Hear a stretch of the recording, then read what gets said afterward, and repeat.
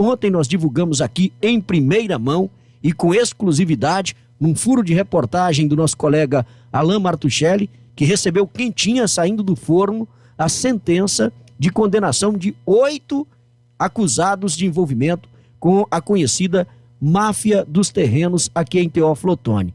Crime que teria ocorrido em 2013 e 10 anos depois saiu a condenação dos acusados. 8 de 14 que teriam sido denunciados, condenados aí com sentenças pesadas, algumas delas ultrapassando 10 anos de prisão. Eu vou agora, para quem não acompanhou a matéria de ontem, quem ainda está por fora do assunto, chamar o nosso colega, o Estevão Silva, que traz detalhes dessas condenações, das penas impostas a cada um dos envolvidos nessa questão aí dos fatos registrados em Teófilo Otoni, cuja decisão é de primeira instância, cabe ainda recurso com as penas aplicadas a 8 envolvidos no que ficou conhecido como máfia dos terrenos. A justiça condenou 8 de 14 acusados pelo Ministério Público por diversos crimes durante o episódio da máfia dos terrenos, que aconteceu em 2013 em Teófilo Otoni.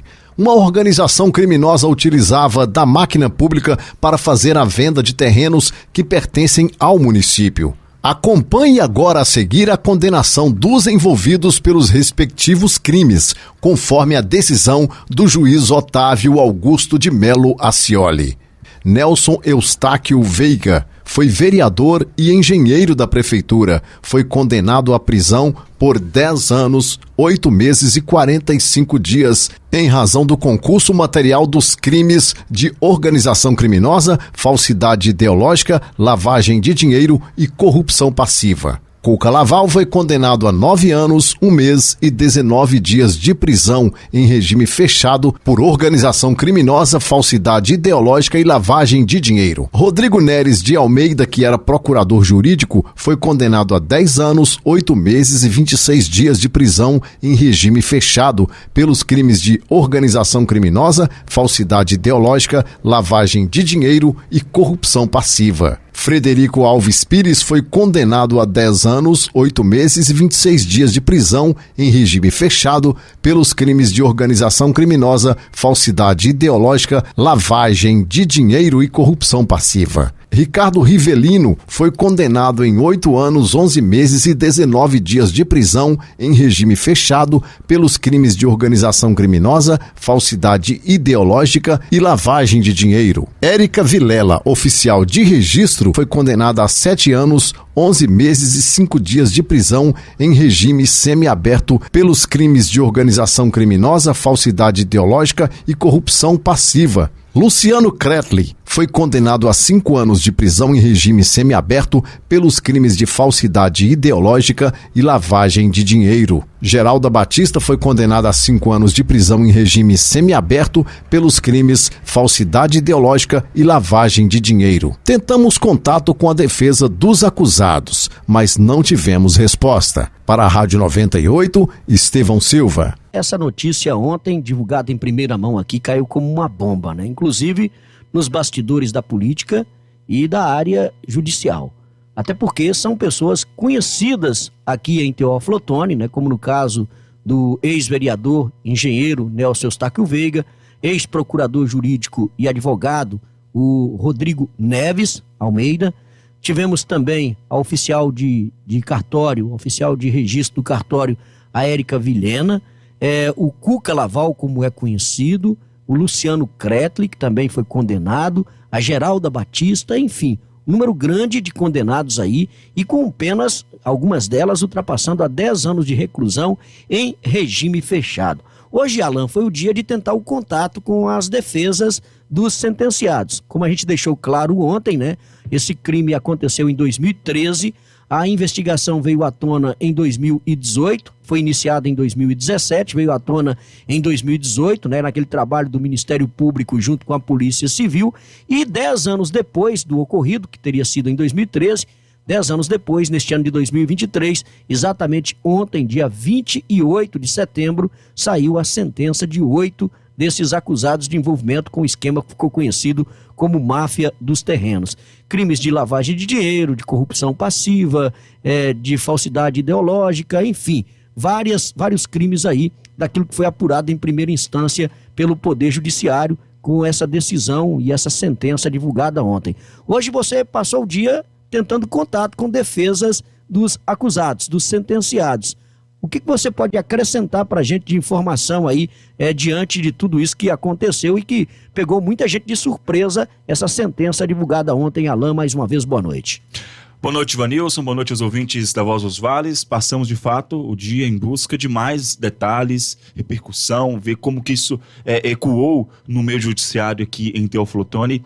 E uma fonte do Poder Judiciário me disse a seguinte frase. Explodiu como uma bomba porque não é para menos. Só caiu peixe grande. Foi o que me disse uma fonte, que eu ouvi, uma fonte do Poder Judiciário, e foi comemorado essa decisão, porque foram anos de trabalho, anos de investigação, de coleta de dados, informações, até que saísse essa decisão. Eu conversei, de fato, com a defesa de algumas pessoas e o que me foi apresentado por parte dos advogados de alguns dos citados na reportagem, inclusive as defesas pediu para que não fossem mencionados, e assim a gente vai respeitar o sigilo da fonte.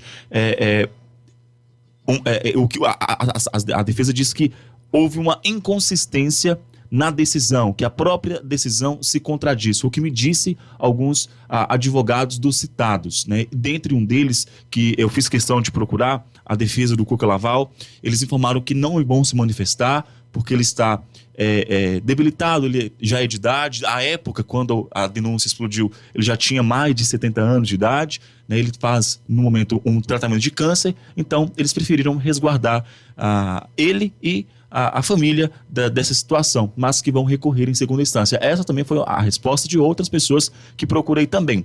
Mas o que a defesa aponta, Vanilson, o que disse para mim, é que havia inconsistência na decisão. Frase dita pela defesa. Por um dos advogados. Por vários advogados. Outros que eu ouvi também.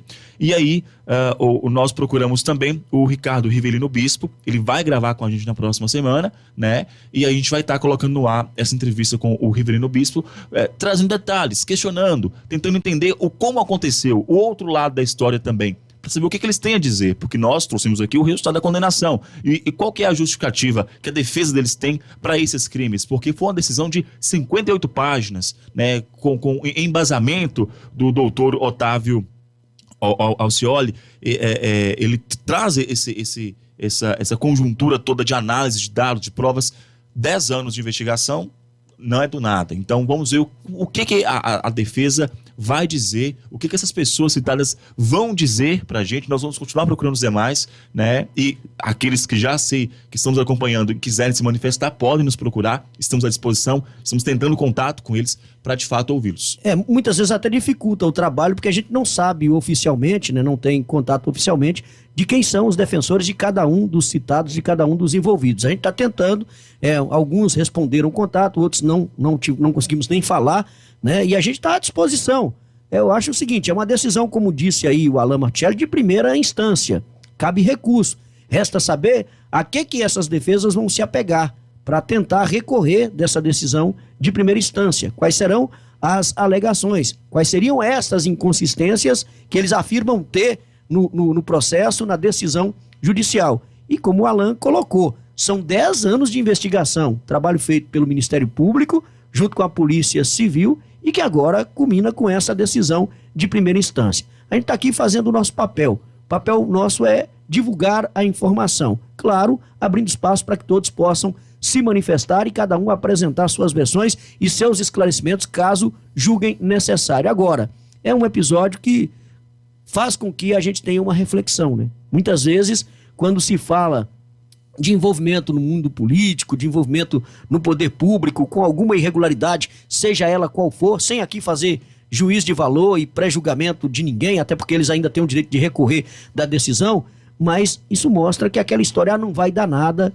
isso está caindo por terra, né? Uma hora ou outra chega uma decisão e, no mínimo, muita dor de cabeça vão ter aí até mesmo para recorrer e gastos para tentar mudar essa decisão de primeira instância, se é que vai ser possível, né, vencer esses recursos aí em segunda instância. A gente vai continuar acompanhando, o espaço está aberto para quem quiser se manifestar. Inclusive, um dos citados disse para mim o seguinte, Vanilson: eu queria entender por que houve a condenação, sendo que o meu cliente, foi o que um advogado me disse, por que o meu cliente ele sequer recebeu um centavo, ele não teve benefício nenhum e agora estão condenando ele a 9 anos de prisão, foi o que me disse um dos advogados. Falei, olha, meu papel é ouvi-los, né? Eu não sou nem promotor para acusar e nem juiz para decidir. Nem juiz para decidir e nem advogado para defender. Eu sou jornalista para contar histórias e contar o que está acontecendo. A gente está se baseando na decisão. Exatamente. Nós temos uma sentença judicial. Que é um fato. Nós não estamos inventando nada. A sentença está aí, é para quem quiser, é pública, né? Um documento público. A sentença está aí, com a condenação dos acusados, e agora compete à defesa deles apresentar aí os seus recursos, como compete também à Justiça, ao Ministério Público, à acusação, né, contestar esses recursos e confirmar ou não a sentença, a decisão que foi tomada em primeira instância. E a nós compete trazer os fatos à tona, porque a função da imprensa é essa, é dar transparência aos fatos, independente de quem quer que esteja envolvido, né? Esse é o nosso papel. O papel da imprensa é dar a notícia, é trazer a informação e houve culpado, provou que está culpado, cometeu coisa irregular, que cumpra-se a lei, seja punido de acordo com a lei. Provou que é inocente, que seja absolvido também de acordo com a lei. É para isso que existe uma coisa que chama justiça. O papel da imprensa é trazer a informação. Alain, muito obrigado pela presença, pela participação. Parabéns pelo furo de reportagem aí. Notícia que ganhou repercussão em nível de estado já hoje, né? Diante das circunstâncias de tudo isso e do grau de envolvimento e de destaque que essas pessoas têm na sociedade aqui em Teófilo. É isso, Anísio. Lembrando que nós, de fato, quebramos o sigilo do processo com base no artigo 5º da Constituição, o que diz que a imprensa é livre para divulgar informações e fatos que são de interesse da sociedade, porque se trata de danos ao erário público.